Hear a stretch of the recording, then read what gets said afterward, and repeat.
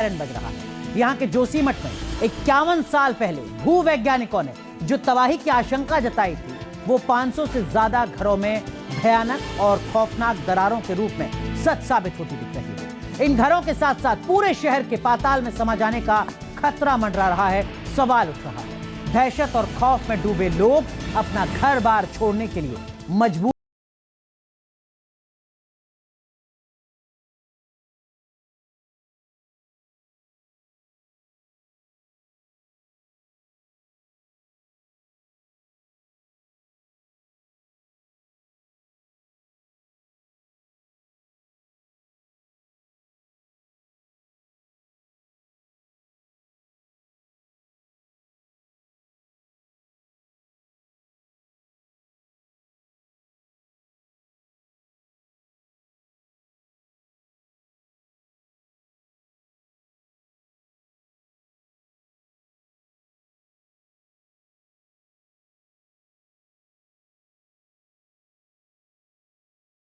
के वजूद पर संकट।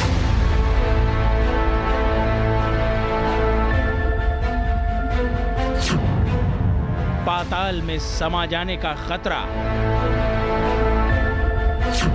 बज रहा कयामत का अलार्म।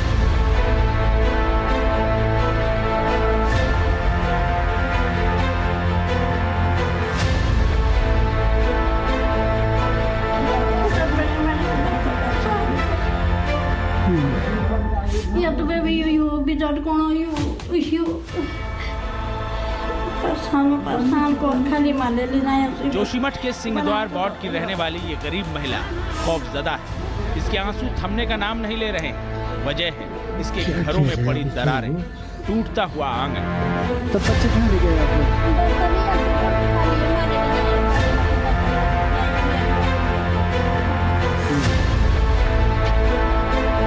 ये महिला अकेली नहीं है जिसके घर के वजूद पर संकट मंडरा रहा है। जोशीमठ के 500 से ज्यादा घरों पर ऐसा ही खतरा मुंहबाए खड़ा है। लगातार हो रहे धसाव के चलते जोशीमठ का अस्तित्व ही खतरे में पड़ गया है।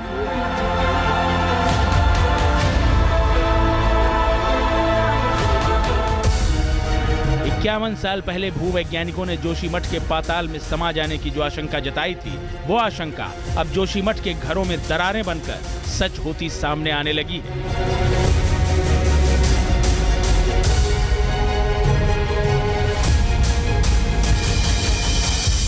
जोशीमठ में कयामत का अलार्म बज चुका है।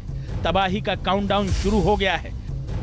चार धाम के प्रमुख धाम बद्रीनाथ के प्रवेश द्वार कहलाने वाले चमोली जिले के जोशीमठ के हर निवासी के दिल में दहशत और खौफ घर कर गया है। कब उनका आशियाना पाताल में समा जाए कोई नहीं जानता। लगभग हमारा 500 से 550 550 के लगभग मकान अभी तक आज की डेट तक क्षतिग्रस्त होने के कगार पर हैं। लगभग 50% तो पूर्ण रूप से क्षतिग्रस्त हो चुके हैं, लेकिन 50% क्षतिग्रस्त होने की कगार पर हैं। लगभग ये संख्या आगे भी बढ़ती जा रही है। आगे बढ़ने की पूर्ण संभावना है। लगभग 7000 से अधिक हमने जो गणना की, 7000 से अधिक व्यक्ति इसमें प्रभावित हो रहे हैं।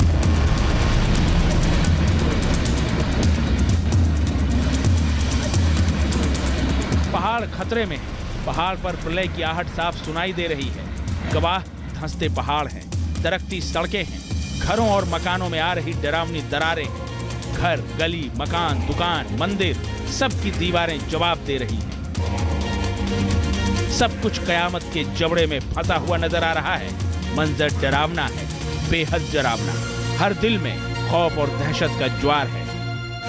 आपने भी देखा होगा लगातार 1 वर्षों से जो हमारा जोशीमठ लगातार भूदशा की चपेट में आ चुका है। लगातार मकानें धस रही हैं, अंदर की तरफ जा रही हैं, जमीन की तरफ समा रही हैं। धसना तो नहीं कह सकते, धसने को नहीं होता। हम पानी का बहाव है, टूट गई, जमीन टूट गई नीचे की तरफ, पर ये जमीन के अंदर की तरफ कोई मकानें हमारा लगातार 1 वर्ष से जा रही हैं। ये शहर पहाड़ से टूटे बड़े टुकड़ों और मिट्टी के अस्थिर ढेर पर बसा है। जानकारों के मुताबिक लगातार हो रहा निर्माण कार्य, भारी बारिश, ग्लेशियर या सीवेज के पानी का जमीन में जाकर मिट्टी को हटाना, जिससे चट्टानों का हिलना, ड्रेनेज सिस्टम का न होना जैसे कारणों से जोशीमठ में धंसाव बढ़ता जा रहा है। जोशीमठ अगर भूमि धंसाव की चपेट में आता है तो इससे सैकड़ों परिवारों के लिए मुसीबत होगी। सरकार इस ओर काम करने की कोशिश कर रही है। कई एक्सपर्ट इसके ट्रीटमेंट की ओर काम कर रहे हैं, लेकिन बड़ा सवाल यही है कि आखिरकार इसकी वजह क्या है।